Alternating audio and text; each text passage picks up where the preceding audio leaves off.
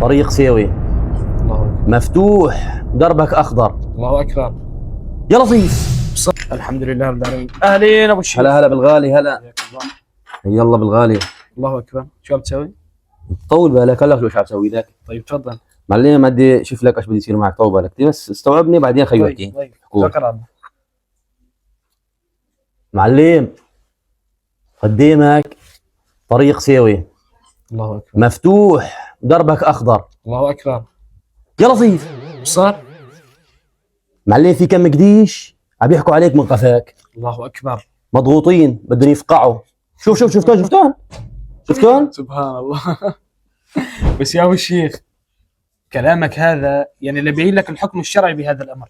خير. هو اسمه تبصير ما هيك؟ لك انا ببصر لك بالفنجان، عم بشوف لك فنجانك، عم بقرا لك اياه. شو في؟ طلعوا شفتوا هناك وين هناك شفتون؟ نعم.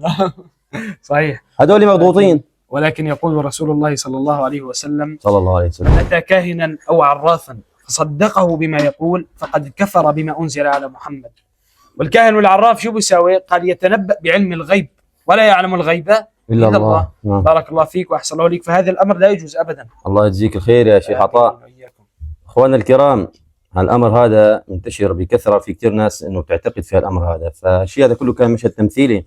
نعم. وانت يا حبيبي اللي على اساس انك عم تنصح، بدي اقول لك هالكلمتين: اذا نصحتني على انفراد فقد نصحتني، واذا نصحتني امام الملأ فقد فضحتني. نعم. فخلي لي نصيحتك في جيبك واحتفظ لي فيها، يا اما انصحني على الانفراد. الله يحفظك يا رب. أخي انصح ولا تفضح وعاتب دون أن تجرح. وديروا بالكم من هالامر يا اخوان.